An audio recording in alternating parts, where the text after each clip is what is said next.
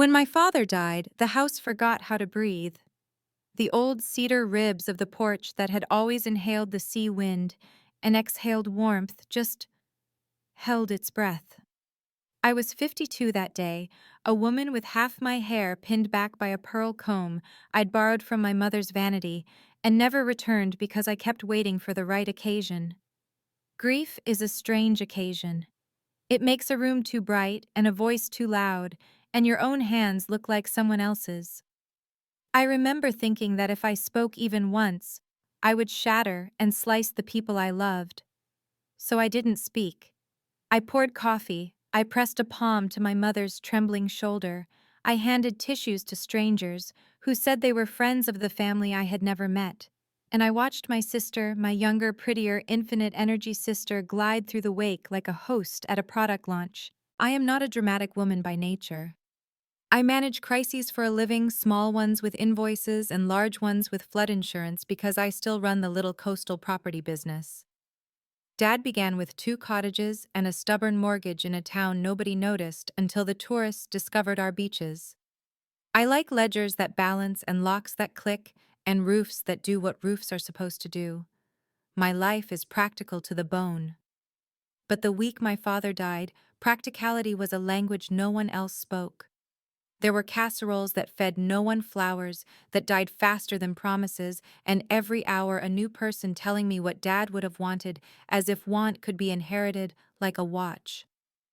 Mom barely ate. The ocean roared. The house kept holding its breath. It was late on the 3rd night, the night after the funeral, when the first wrong thing happened. My sister Lila called from the den and asked me if I could come look at a little paperwork with her and my husband Tom. I should say this plainly, I loved Tom. We met when I was 24 and dizzy from ambition, and he seemed like an anchor who could swim. He was kind then. He held ladders steady and never flinched at late-night calls from tenants. For 27 years I trusted him the way I trust the tide to come back. I did not know in that moment that tides retreat because the moon is pulling at them from far away. The den was a museum of my father's lifeboat photos, a crooked pennant from his high school baseball team, a framed first dollar from his first rental, paid by a fisherman who tipped with oysters. Lila had spread folders across the coffee table like a fan of bright tales. Tom stood behind the couch, hands in his pockets, his good suit jacket still on the one that made his shoulders look untroubled. The lamp cast a soft cone of light. The house breathed just once and went still. "Before Mom goes to bed, we should get ahead of the boring stuff," Lila said in her best problem-solver voice, the one that always made me feel 12. Dad wanted things clean. You know how he was. I found some documents in his office. Power of attorney trust amendments, that kind of thing. It will make tomorrow easier. "Tomorrow is nothing," I said. "There's nothing scheduled for tomorrow," but she was already offering me a pen. "Just initials here and there. You as the successor trustee, right? We don't want any delays with probate or the bank." Dad hated delays. Tom cleared his throat. "It's standard Evie." Evie. He only called me that when he wanted me to melt. I did not melt, but grief had loosened my edges. I sat. The papers were thick, expensive stock scented faintly of printer heat and something floral. A notary stamp winked at me from the corner of the first page, as if it had already witnessed my consent. Names I recognized were braided with clauses I did not. The more I read, the more I felt a tiny shift in the floorboards beneath my chair, as if the room had decided to become a boat. "Where's Mom?" I asked. "Sleeping," Lila said quickly. "She's exhausted. She should be part of this." "She will be, later. This is just housekeeping." I used to believe in housekeeping. I believed that big storms were survived by small order, clean the kitchen, fold the towels, label the boxes. But the shimmering legal words made my stomach pitch. I needed air, or maybe I needed Dad, his steady baritone explaining a new lock set. I lifted the top page to find the heading beneath Assignment of Controlling Interest, Harbor Row Holdings. "That's the company Dad and I share," I said. "Why would that be in here?" Tom slid a glass of water toward me. "Because banks," he said too gently. I heard what he wanted me to hear. "You're tired. Let us help." I also heard what the room wouldn't say: help is rarely free. Another page, an affidavit of incapacity ready to be dated. my name below it. I remember the sensation as clearly as the smell of lilies, a clean surgical silence inside my chest. It was the pause a surgeon takes before the first cut, except I had not consented to any surgery. I looked at my sister. Her mascara was perfect. Her jaw worked the way it did when she chewed through decisions. What exactly, I asked, are we doing here? Lila exhaled in the careful way people do when they want to look patient. Dad left things messy. The bank needs comfort. If you sign, we avoid court delays. And Evie, be honest, you don't want the responsibility of all this alone. Tom's been handling so much lately. This just formalizes it. It's for Mom's peace. For Mom's peace, Tom repeated softer. 2 days earlier at the graveside, Tom's hand had been a warm plate on my back as I shook. Now it felt like a glove that didn't fit. Who prepared these, I asked. Paul, Lila said, naming a family friend who played poker with Dad every other Thursday and wore linen like a costume. He was an attorney, yes, the kind of man who spoke with his teeth. We had not discussed any amendments. We had not discussed anything at all. This affidavit, I said, tapping the paper. It says I can't manage the business. That's a placeholder, Tom said. Procedure, if anything happens. But nothing has happened. You're grieving, Lila said. The two words were a net. I stood not dramatically, just to feel my knees decide for themselves. The den window reflected 3 humans and 1 lamp-shaded lamp. Outside, the moon strung silver along the cedar branches. Dad used to say you can tell a storm's character by watching the trees. I watched Lila watch me in the glass and realized I had misread the weather. This wasn't a sudden squall. This had been building on the horizon while I checked gutters and changed HVAC filters and believed that maintenance held a family together. Where did you find these, I asked.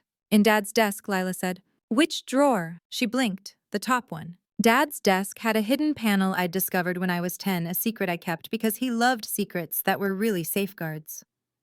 The top drawer never held anything important.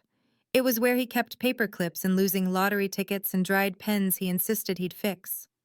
The real documents lived lower behind a loose slat. I crossed to the desk and pulled the drawer anyway just to watch paper clips wink.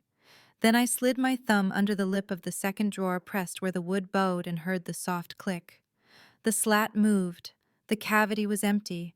The breath left my body with the sound of a curtain being drawn.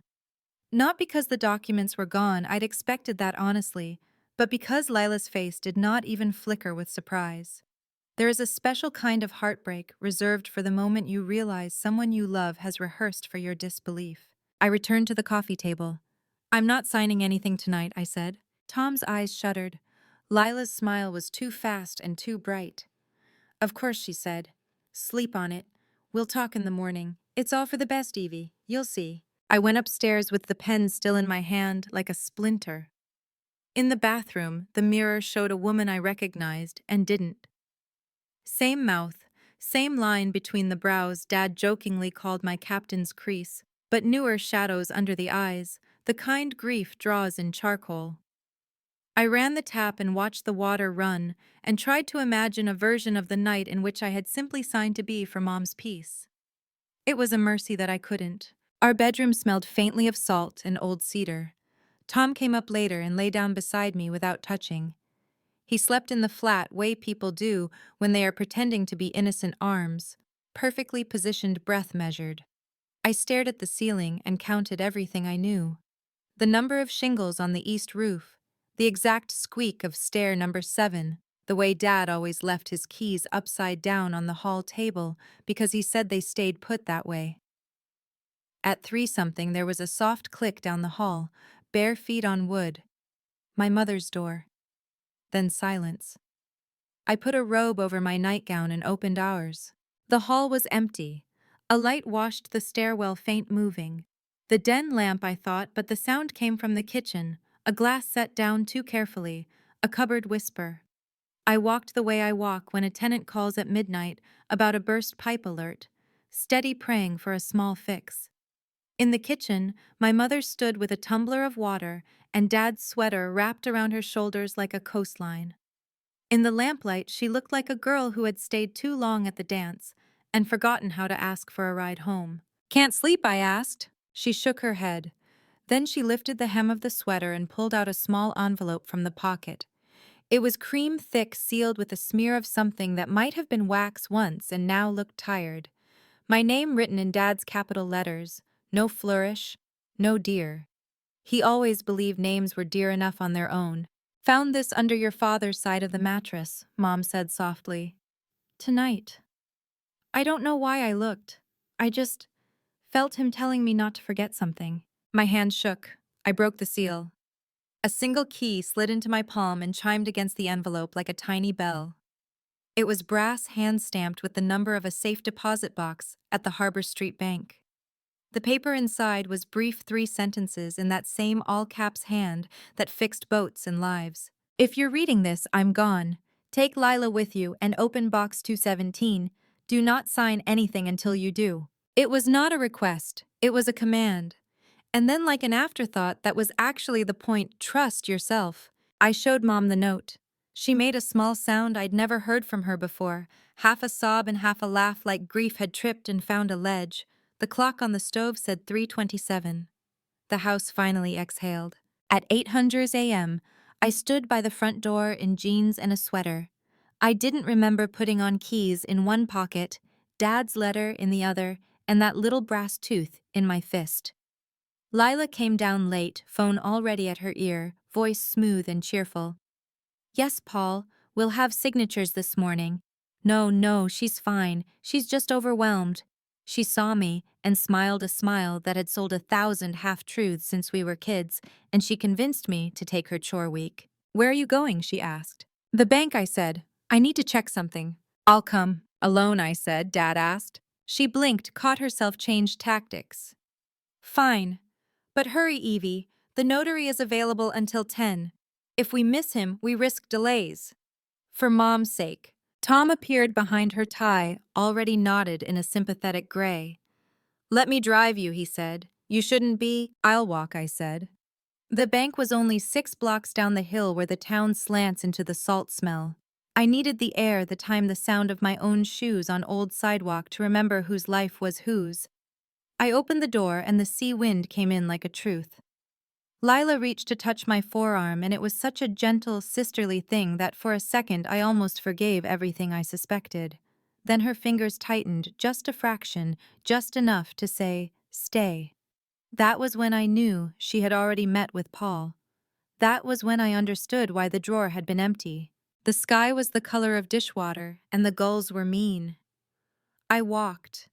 Every porch held a memory of Dad, the time we painted together, and he whistled off-key for 3 hours, the hurricane that cracked the Wilson's railing, and he fixed it for free the night he put a sick raccoon out of its misery and cried on the stoop afterward.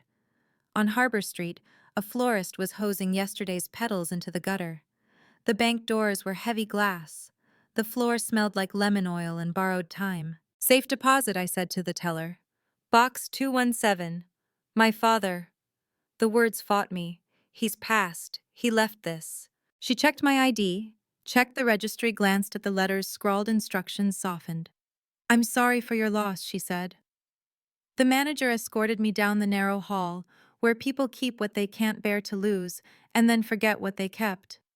He set the little metal rectangle on the table and left me with the kind of privacy that is both courtesy and suspense. The key turned with the stubbornness of something that had waited too long. Inside were 3 items: an old photograph of my mother holding a baby that was not me, a thin blue ledger with Dad's cramped notations, and a second envelope thicker than the first. On it, the same handwriting for my girls. My hands were steady now. I slit the paper. 2 sentences at the top. I lied once. Forgive me if you can. Beneath them, the story of a summer I do not remember, but my bones do. And the kind of secret that doesn't blow a family apart, so much as show you the cracks were there all along waiting. The envelope was longer than my hand and heavier than paper, should be the kind of weight that means a truth has been packed inside for years and has settled into itself. I sat at the little steel table in the vault room, the door half closed to give me privacy that felt like being held in a cupped palm, and I unfolded my father's confession. His handwriting had always been a carpenter's, straight, sturdy, unadorned. He had never wasted ink on flourishes. Even now, with everything at stake, he was spare. I lied once. Forgive me if you can. Beneath that summer of 1975, your mother was 20 and I was 24. I was not yet the man you think I was. He wrote about the rental winter that wouldn't end, the roofs that soaked up money the way the sea can make you feel both enormous and helpless, and the night he cheated on my mother with a girl who sold bait out of a shed behind the marina. Her name was Mary Pike, and she laughed like somebody playing the spoons on a porch rail. He had told himself it was a mistake that could be folded into silence. Then she got pregnant. Dad said he sat on the breakwater one whole night and watched the moon clip up the sky, and thought about leaving, about staying, about the way men inherit their father's weaknesses if someone doesn't build a new door and nail it shut. He decided to confess. He went to my mother with the truth and a tremble in his voice. She listened without blinking, asked him if he loved her, and when he said yes with his whole body, she told him, "Then we will raise what you break." But Mary left town before the baby came. He wrote a bus ticket crumpled in her fist like a dare.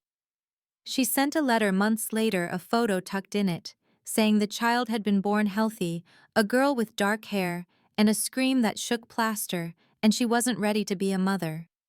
The photo was the one in the box, my mother holding a newborn. That was not me. Her eyes tired but fixed on a point past the camera, as if she was watching the future step through the door. On the back, in a younger version of Dad's hand, for L Day 1. I stared at the looping L.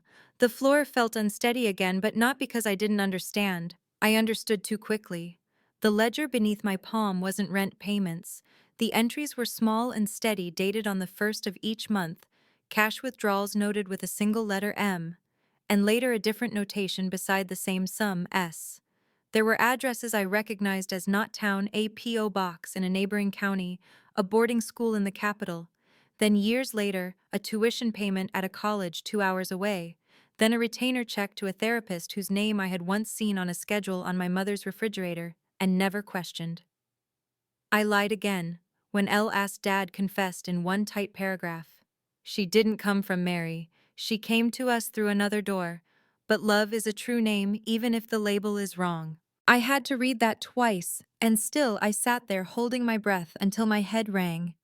He wrote that Mary had changed her mind a week after sending the photo. The baby had gone to Mary's older sister, through a private arrangement that would have created more trouble than protection if it had become public knowledge. My mother begged to bring the child into our home. Dad refused because he couldn't see past his own shame. They grieved in a way that left no visible graves. A year later, through a friend of a friend, Paul introduced us, a lawyer in town, engineered an adoption that was not illegal, so much as threaded through loopholes, a woman passing through a baby with no name papers signed under a different lamp. We named her Lila, he wrote, because your mother said she wanted a name that meant night bloom and also sharp. She was your sister before the ink dried. I meant to tell you both when you were old enough. I kept waiting for what I thought was a more honest day. I let the waiting become the lie. The ledger's later notations, the ones marked with S, belonged to someone else entirely. The second shock sat quietly in the middle of the page like a pebble that will split a windshield if you hit it right. Sophie, he wrote, and my breath snagged hard enough to hurt. Sophie.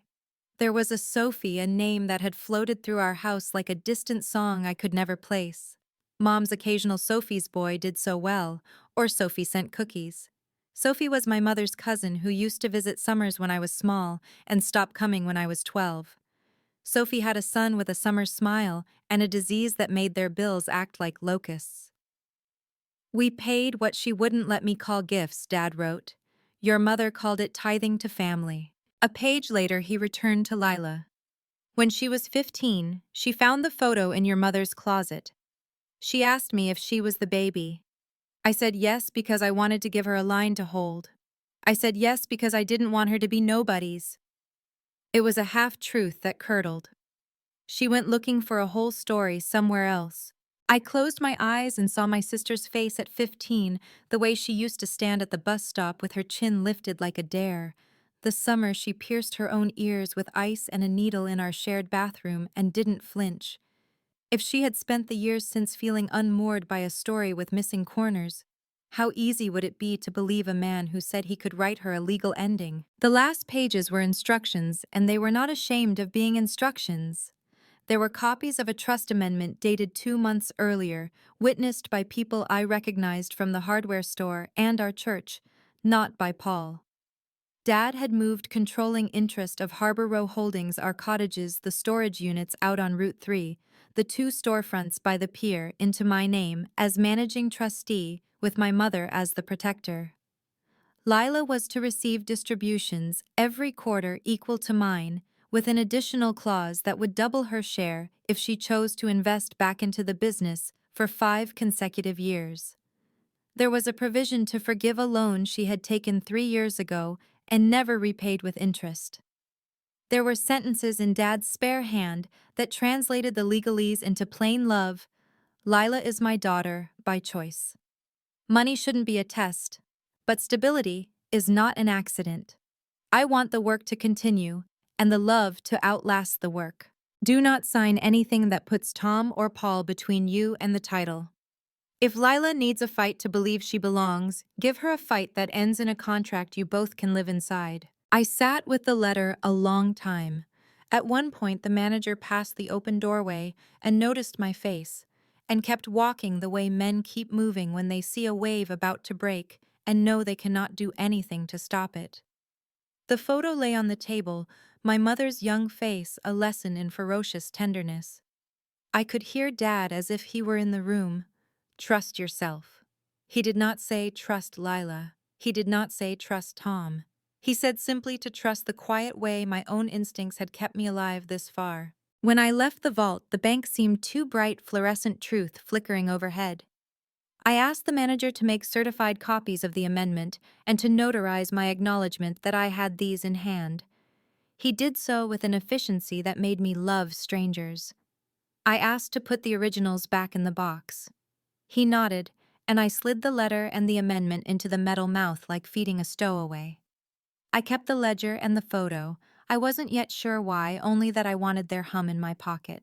Outside, the sky had cleared from dishwater to that kind of hard blue that looks imported. I walked home the long way past the pier, past the bait shed that was no longer a bait shed, but a cafe selling lavender lattes, past a boy tossing stale bread to gulls and laughing at their greed.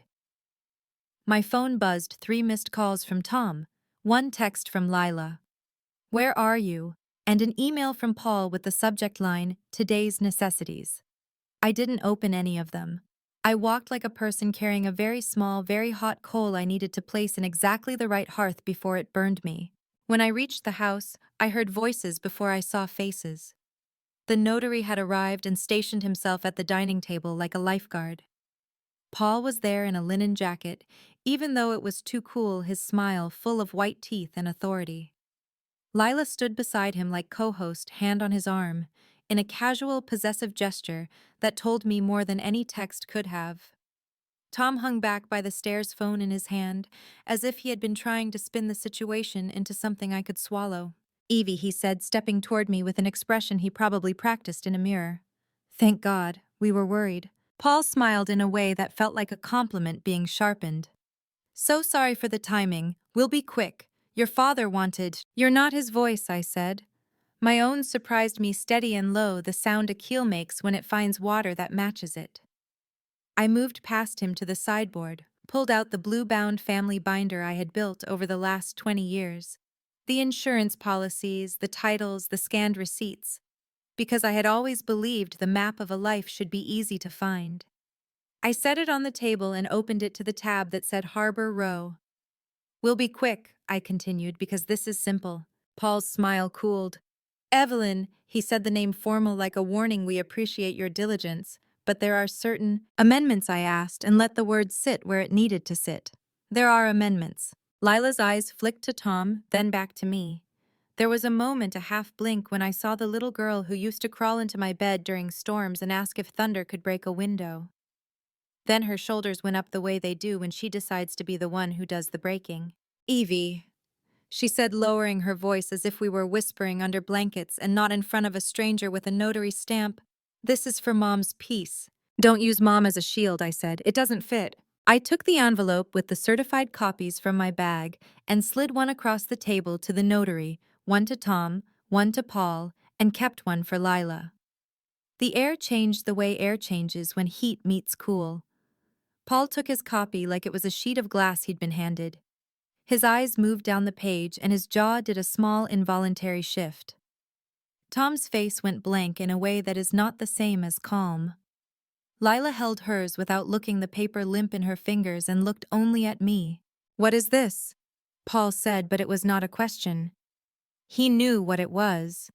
It was the erasure of a plan he'd drawn up for profit and revenge, and the lazy satisfaction that comes from thinking you can rewire a family with paperwork. It was my father's hand reaching from the quiet to put a palm on the table and lean. "It's what Dad wanted," I said. And then, because it was true and because saying it would be the first nail in the new door, and it's what I will enforce. Tom swallowed. The notary cleared his throat and gathered his stamp as if it might explode. Lila stared at her copy as if words could rearrange themselves into the person you wanted them to be. When she finally spoke, her voice came from somewhere raw. "He lied to me," she said. "So did you," I said gently. "So did I, by keeping quiet, because quiet is easier in a house that hates storms. But storms don't care what we prefer." She flinched like I'd thrown something. Maybe I had. Love can be a dangerous object if you've been using it as a mirror instead of a window. She turned to Paul, and the look she gave him made me understand a decade of little oddities. The late-night phone calls in the kitchen, the way she had stopped bringing her boyfriends to family dinners around the time she started helping with paperwork, the sudden confidence in how she talked about strategies. She had found a father figure willing to turn her into a client. He had found a family willing to turn into cash flow. Tom had found a way to feel important without being responsible. I stood in a room full of people I loved and saw the shape of their hungers all at once. "Get out," I said to Paul. He opened his mouth. Now I added, because sometimes mercy is a closed door. The notary looked at him, looked at me, and wordlessly followed him out, clutching his stamp like a ship's wheel. That left the three of us and the space where the notary had been, which felt like a witness we no longer needed. Tom took one cautious step toward me, palm out, peace offering. He had beautiful hands. He had used them to fix windows and draw me toward him and cradle my face when my father's doctor called. He had also used them to reach into my desk to hand Lila a pen to sign his name where it didn't belong. I could see both histories at once, the way you can see your face and your mother's in the same mirror if you stand at the right angle. "We can come back from this," he said softly. "With truth," I said. "Or with more lies. Which way were you thinking?" His mouth closed around words he didn't have the courage to say. Lila crumpled her copy of the amendment like it would make the clause change its mind. The house at last was breathing again, a slow inhale that smelled like cedar and old coffee, and the salt lick of the morning. Somewhere down the street, someone started a lawnmower. Life as usual was continuing, as if mine hadn't just turned inside out. "Sit," I said to my sister, and I put on a kettle because we come from people who drink tea when they can't swallow anything else. "There are things you need to know, not to punish you, to give you back the story someone sold you." Who, she whispered, but we both knew. "The man in linen," I said, "and the one who was supposed to be my anchor." Her face broke in the middle. She sank into the chair as if her bones had remembered gravity. Tom stared out the window, pretending to be the kind of man whose reflection could save him. I pulled the photo of our mother with the baby from my bag and set it on the table like a map. Lila reached for it with a care that told me she was not lost beyond finding. I sat across from my sister as the kettle started its small talk, that low fidget of metal before the whistle. There is a particular quiet that belongs only to kitchens. After battle's chairs slightly angled a smear on the table where a palm dragged the clock suddenly too loud. I placed the photograph between us, not as a weapon, but as a lantern. Up close, the details grew tender and undeniable, the threadbare cuff of Dad's sweater around Mom's wrist, the way her thumb pressed the baby's ribs, as if to count them, the infant's mouth just opening into a howl or a yawn. It was impossible to tell which, and maybe that was the point. Most of what divides us can be mistaken for its opposite if you arrive at the wrong second. That's Mom, Lila said first, like naming the obvious might steady the rest. But it isn't you. No, I said softly, it isn't me. She flattened her palm on the table as if feeling for something under the wood. Is it me? I wanted to choose my words like stones in a river, set them carefully so she could step without slipping. It's a baby Dad thought would be ours. It didn't happen that way. A year later, you did. You arrived through another door. That door was legal but quiet. Dad promised himself he'd tell you and me when the day felt honest enough. He waited too long. He let waiting become the lie. Her face did not twist. It changed the way a room changes when you open the blinds and morning slaps the dust awake. She looked at the baby again, and at the curve of our mother's body around it, then at me. I had a sudden irrational fear she would collapse into something smaller, and I wouldn't know how to put her back together. Instead, she breathed in and out and moved her hand to the photograph's edge like a truce. So he told me half a truth, she said at last, and I went looking for the other half in the wrong mouth. Paul, I said. Paul, she repeated, and the name tasted different now. He said I was owed Evie, that the law could recognize what love had obscured. He said Dad had done it wrong and that decent people don't keep daughters in shadows. He made me feel official. She gave a small, embarrassed laugh that broke off in the middle. I liked feeling notarized. The kettle tipped into its thin whistle. I pulled it from the heat and poured the steam rising like something being forgiven. I set a mug in front of her and let mine sit untouched hands around it for the burn that reminded me I still had a body. Tom had moved to the doorway to our hall, an exile in his own house. Or maybe I was the exile, and this had been a different country all along and I'd just never learned the language. How far did you go? I asked, not accusing, not apologizing, just trying to measure the shape of the hole. She watched the steam as if it might spell her answer. There were meetings, she said, at the office over the bakery, papers to streamline transitional control, drafts I was told not to bring home, stamps. He said speed protects families from grief wolves. Grief wolves. I couldn't help it. I laughed, a small, startled sound with no humor in it. Our father built a business with a hammer and a calendar. He balanced the books in pencil because he said ink made people arrogant. He didn't need a man in linen to save him from wolves. Tom cleared his throat the way one does before telling a truth that won't make the room love you more. I know what you wanted, I said without looking at him. To be necessary without having to be true. He flinched, but he stayed. I took that as a sign he still respected something in me, even if it wasn't me. Lila lifted the photo, turned it over, read the line Dad had written. For L Day 1, and then pressed the paper to her chest like a compress. I thought I was anchoring Mom, she said. I thought I was anchoring you. It felt good to sign things. It felt adult. I felt a prick of anger, not the hot, clean kind that burns through, but the dull kind that lingers like a bruise. You tried to write me incompetent in my own life, Lil. Her mouth trembled. No. Paul said it was provisional. He said if you needed rest after the funeral, he said I cut in that the structure would be easier to finalize if I'd already stepped sideways. And he promised you certainty in exchange for my hesitation.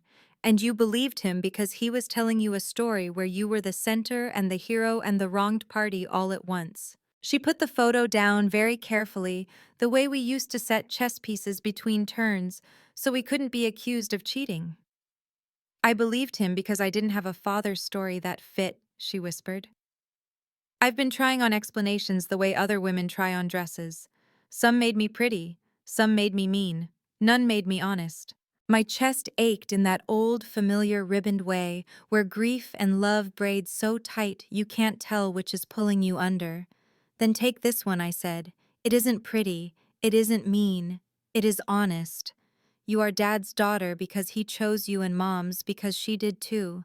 That's not a shadow, that's architecture. She let out a sound that could have been a laugh if it weren't so wet. Architecture, she said, as if testing whether the syllables would hold. A key turned at the front door. For a second, my heart performed two contradictory tricks, leaping in hope that it was Dad hurling itself against bone, in fear that it was Paul. It was neither. It was my mother wrapped in Dad's sweater, like armor, Her hair unbrushed her face, composed in the way women compose their faces when the performance is for themselves. She stepped into the kitchen and paused, registering the heat, the mugs, the photograph between her daughters like a small, stubborn son. "I couldn't sleep," she said. "I went to church to yell at God in private. He's accustomed to me."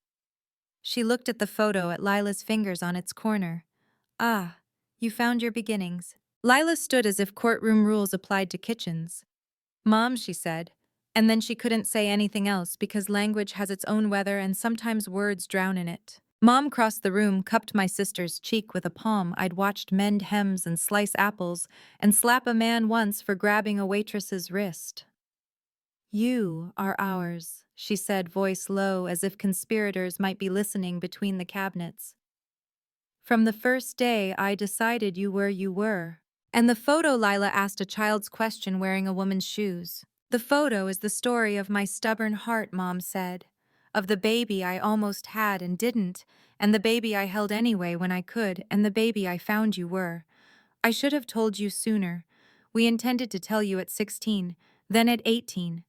Then when you brought home that boy with the motorcycle, and I thought surely if we survive this, but you know, life. If you wait for a gentle truth day, you never arrive." Tom shifted as if he were considering moving, as if leaving would absolve him of having to fold himself into this truth. Mom's eyes snapped to him and went flinty. "You," she said, "no surname, no softness. What have you signed? What have you promised on paper with my husband underground and my daughters bleeding out loud? I thought I was protecting us." He said, "The answer men give, when they've decided their fear is the same as love." Paul said, "He is not your priest," Mom said. "He cannot absolve what you did not confess." I could have kissed her then for the clean cut of that sentence. Tom looked small around the edges, like a photograph faded by too many summers. He reached into his pocket and took out his phone, not to escape into it, but to scroll. He handed it to me without speaking. The screen showed an email thread with Paul, a chain of attachments labeled draft affidavit, draft assignment, draft trustee, substitution. There were notes, his notes in the margins, suggesting language that would bypass the protector clause. There was a bank draft already prepared to move operating funds into an account with both his and Paul's names for efficiency during transition. My mouth tasted metallic, the way it did that time I bit my tongue so hard during labor, I bled. "You were going to put my father's work in an account you could sign alone," I said. "Temporarily," he said, and the words sounded like a mask stretched too thin. "You were going to give Paul control." Lila said, her voice rough with something like awe at the size of the betrayal she had almost helped deliver. "And he was going to give you a piece." Her eyes met mine and held. "Did you know he was in debt, Evie?" The world clicked into a new angle. Of course. The twice-mortgaged truck for the business, the home equity line he insisted on to renovate the yellow cottage into a premium rental, the way he'd started playing cards with the men who never had wives with them. Shame stung like salt. I had known in pieces. I had not let the pieces make a picture because the picture would have asked me to be brave in a direction I didn't want to go. "Some," I said, "not all." Tom's eyes went wet and furious the way a punished boy's do. "I tried," he said. "I carried ladders and patched roofs and went where you sent me and slept when you didn't need me. I needed you to be honest," I said. "I needed you to tell me the ocean was rising instead of selling me sandbags." Nobody moved. The kettle forgotten ticked as it cooled. Mom slid into a chair, the sweater swallowing her narrow shoulders, the years showing all at once in the slump and then erasing themselves as she straightened. "We will not let a man in a suit rewrite our story," she said almost conversationally. "The amendment stands. The bank knows. Now we decide what mercy looks like." Lila stared at her tea as if it might offer a ruling. "I don't know how to fix what I broke," she whispered. "You didn't break anything that wasn't already cracked," Mom said. "You pressed on the seam." It groaned. "Now we learn how to reinforce instead of pretending the split was imaginary." I looked at my sister and saw the 15-year-old with ice against her ear, and the 5-year-old stealing cherries from a bowl, and the 32-year-old woman who wanted to be notarized into belonging. I also saw the woman who had stood next to a man who profits from confusion. Both could be true. Human beings are dual citizens more often than we admit. There's more, I said, and slid the blue ledger across the table. Dad kept a second truth while he kept that first. We have family who needed us. We have been paying quietly. We decide whether quiet is still the right way. Lila opened to the middle, tracing the neat columns, the small letters, the months marching like soldiers. S, she read. Sophie. Mom made a sound in her throat that could have been a prayer or a curse. Oh, Soph, she said. Of course he kept paying. Of course he didn't tell me how much. He thought he was protecting me from the math. He was protecting you from guilt, I said. Which is a different calculation. Lila looked up. What do we do now? We audit, I said. Not just the money, the promises, the way we've been. We call Sophie. We decide what stays level and what has to be rebuilt from the joists.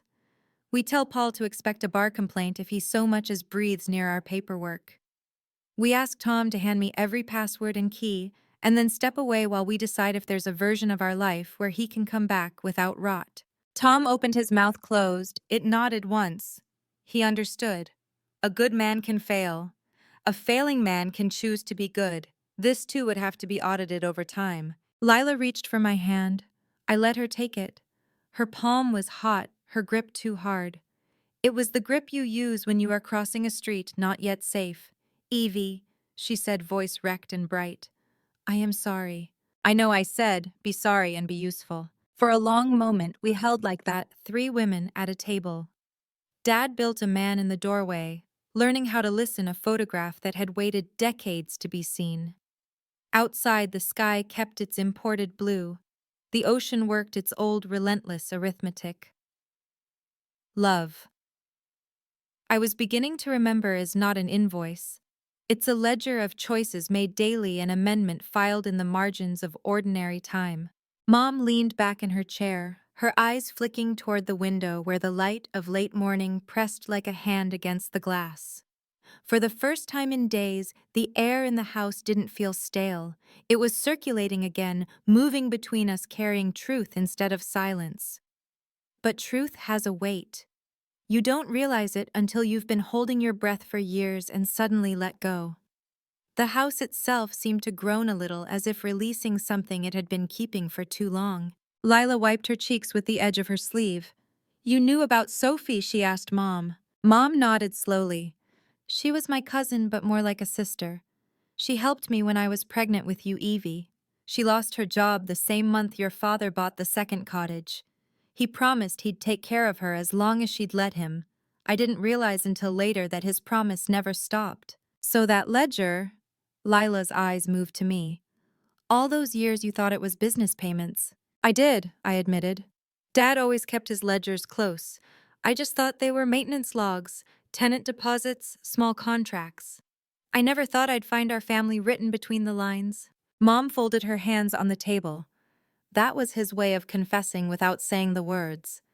He wrote his regrets in columns because emotions terrified him if they weren't organized. We sat like that, 3 women orbiting the same truth, each understanding a different facet of the man who had built our world and lied inside it. I could feel Lila's guilt reaching across the table, timid and shaky. But beneath it was something else, relief. The kind of release that comes from knowing the shadow you've been chasing finally has a shape. Mom, she said quietly, I almost destroyed what he left you. Mom smiled faintly. You almost destroyed what he built. But what he left me was you two, so I suppose we're still intact. The words should have felt warm, but I saw how hard they were for her to say. Forgiveness is labor, and my mother had always worked harder than anyone I knew. Tom cleared his throat again. I can fix this, he said suddenly. I'll call Paul. I'll tell him the documents were void. We can... No, I said sharply, you're not calling anyone. He stopped mid-breath. I stood up, my voice steady. You're going to give me every copy of every file you've exchanged with him, every message, every draft. Then you're going to leave this house until I decide if I can look at you without remembering what you almost did. The words tasted bitter, but I didn't flinch. Tom stared at me for a long second, then nodded. There was defeat in the gesture, but maybe also understanding.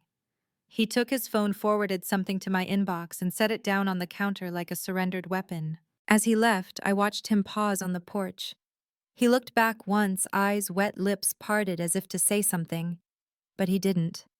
He closed the door behind him, and the sound of it, soft but final, was a punctuation I hadn't realized I'd been writing toward for years. When the house was quiet again, Mom turned to me. "You handled that like your father." I met her eyes. "I don't know if that's a compliment anymore." "It is," she said, "because you took the part of him that learned. That's the only part worth keeping." I sat down again, exhausted in a way that sleep couldn't fix. Lila reached for the ledger, running her fingers along its edges like she could absorb what it meant through touch. "What are we going to do now?" she asked. "First I said we call Sophie." Her head shot up. "Now." "Yes," I said.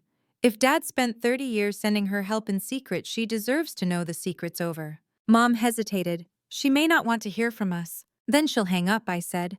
"But at least we'll have tried." Layla handed me her phone. My fingers shook as I found Sophie's number in an old contact card stored under Family, Other. It had been there since I was 19 and borrowed Mom's phone for a school trip. I never thought I'd use it. The phone rang 4 times before a soft, unfamiliar voice answered. "Hello?" "Sophie," I said. "It's Evelyn." There was a pause long enough to count the spaces between heartbeats. "Evelyn Turner," she said finally, her voice lower, older, but unmistakably kind. "It's been a long time." "Yes," I said. "Too long. I found something that belongs to you." Another silence. "Then your father's letter." That stopped me. "You knew about it." "I knew he meant to write it," she said. "He called me 2 weeks before he passed. Said he'd finally decided to unbury the good lies. He didn't tell me which ones." I felt my throat tighten. "Then I suppose this is one of them. He left money for you. All these years." She gave a small laugh that was half a sob. "I know. Your mother told me he needed to feel useful. I let him. It helped him sleep."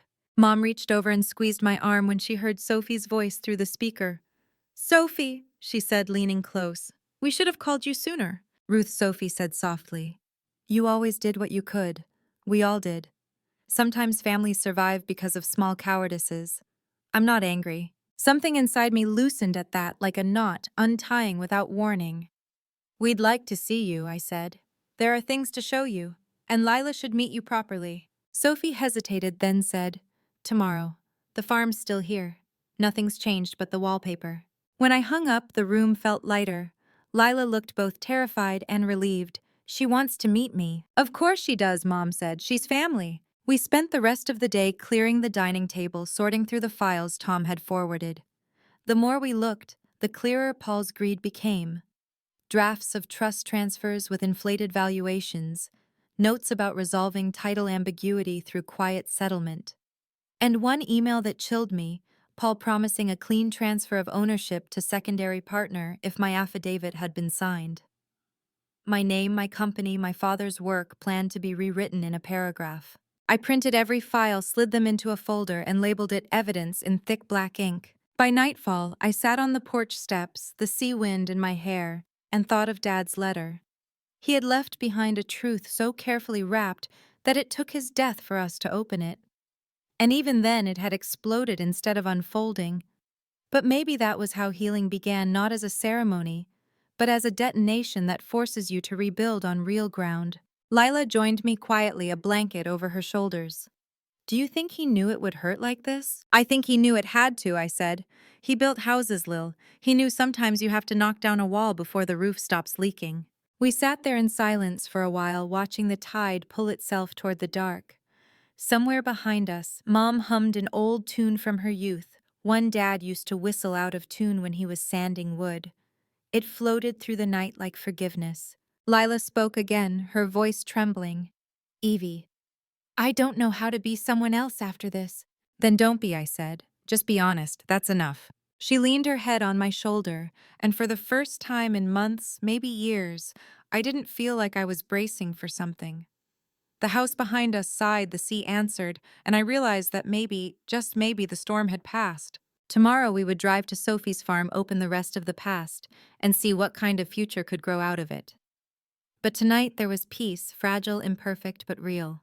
The next morning I woke before dawn, not because of worry this time, but because the air itself seemed different. The heaviness that had sat over our house for weeks had lifted just enough for light to slip in. The horizon was bruised purple and gold that strange hour when night is reluctant to leave, but morning insists anyway. I walked downstairs barefoot, the floorboards cool beneath my feet, and brewed a pot of coffee strong enough to wake courage. My mother was already sitting at the kitchen table, her robe wrapped tight, reading glasses perched low. She had the blue ledger open in front of her, tracing Dad's handwriting with the tip of a pencil like she was memorizing his voice through touch. "Couldn't sleep either?" I asked quietly. She smiled without looking up. "Your father used to wake up early before every storm. Said you can feel the air shift before the first drop falls. I suppose truth has the same weather." The smell of coffee filled the room, mingling with sea air leaking through the window cracks. For the first time in a long time, I didn't resent the creaks in this old house. They sounded like a heartbeat again. By 7, Lila came down dressed too neatly for a casual visit, white blouse, dark jeans, hair pinned as if presentation could earn her forgiveness. I noticed her eyes were swollen from crying. Still, she stood taller. There was resolve in her shoulders now, a kind of fragile bravery. Mom handed her a thermos. "You'll spill if you drink it in the car. I put sugar this time the way you like." Lila blinked hard, smiled, and whispered, "Thank you, Mom." The drive to Sophie's farm took just over an hour inland toward rolling hills, where the salt wind turned sweet. I drove. Mom sat in the passenger seat, the ledger in her lap like scripture. Lila rode in the back, gazing out the window, hands clasped tight in her lap. No one played music. Some silences are too sacred to fill. When we turned onto the gravel road marked Pike Farm, I felt my pulse quicken. The mailbox was old, but freshly painted, the red flag chipped at the corners. The lane was lined with cottonwoods, whispering secrets. I parked by a white fence that framed a modest farmhouse and a barn whose paint had peeled to a soft pink under the sun. Sophie was waiting on the porch, leaning on a cane, a faded straw hat shading her eyes. Her hair was silver now, but her face still carried that kindness I remembered from childhood summers, the kind that makes you trust her before she even speaks. She waved as we stepped out. "I knew you'd come," she said, voice cracked by time but steady. "Ruth, you look exactly the same, maybe fiercer." Mom laughed and hugged her first, and for a long moment, two old women stood holding each other, both crying and laughing at the same time, their shared history washing over them. Then Sophie turned to Lila. "And you must be the night bloom." Lila froze. "You know about me?" "I knew of you," Sophie said. "Your father sent me pictures when you were little. He called you his second sunrise." Lila's hand went to her mouth. Tears slipped out silent and fast. Sophie didn't hesitate, she opened her arms. "Come here, child." Lila stepped forward and collapsed into her embrace. I watched them, that improbable pair of strangers and kin, and something inside me broke and healed at once. Dad had spent his whole life trying to hide shame inside love, but here was love unhidden and unashamed. Inside the house, Sophie made us tea and sat us at an old oak table scarred with decades of use. The walls were lined with photos, family, friends, seasons passing in frames. I noticed one that stopped me cold, Dad younger, laughing beside Sophie, holding a baby lamb. He must have been in his 30s. "I didn't know he still visited," I said softly. "Oh, he came every spring," Sophie said. "Brought tools, fixed the fence, pretended it was business. We both knew better.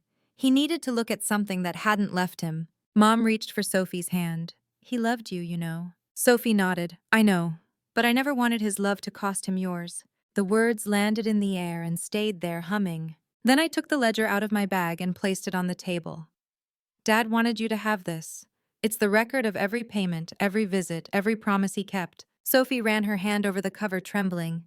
"He was a stubborn man. I told him to stop sending money 10 years ago. He just smiled and said, 'Old debts keep me honest.'" She opened to a page and traced one of his notes, a small, simple line, "Fence fixed, Sophie fed me stew sky clear." Her lips curved.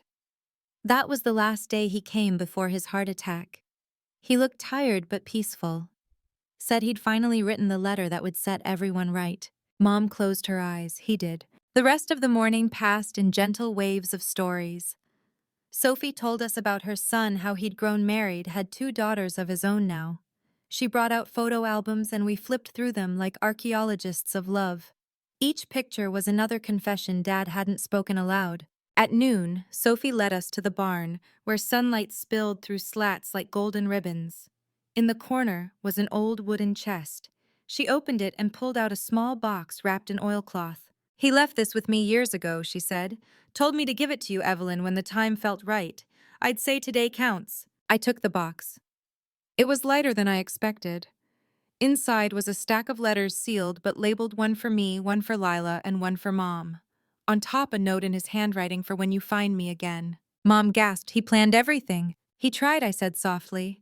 "Even if he couldn't say it face to face." We didn't open the letters right there. Some things deserve privacy, even among family. Instead, we hugged. Sophie promised to visit again soon and drove home in silence, each of us clutching our envelope like a heartbeat. Back home, Mom went upstairs with hers.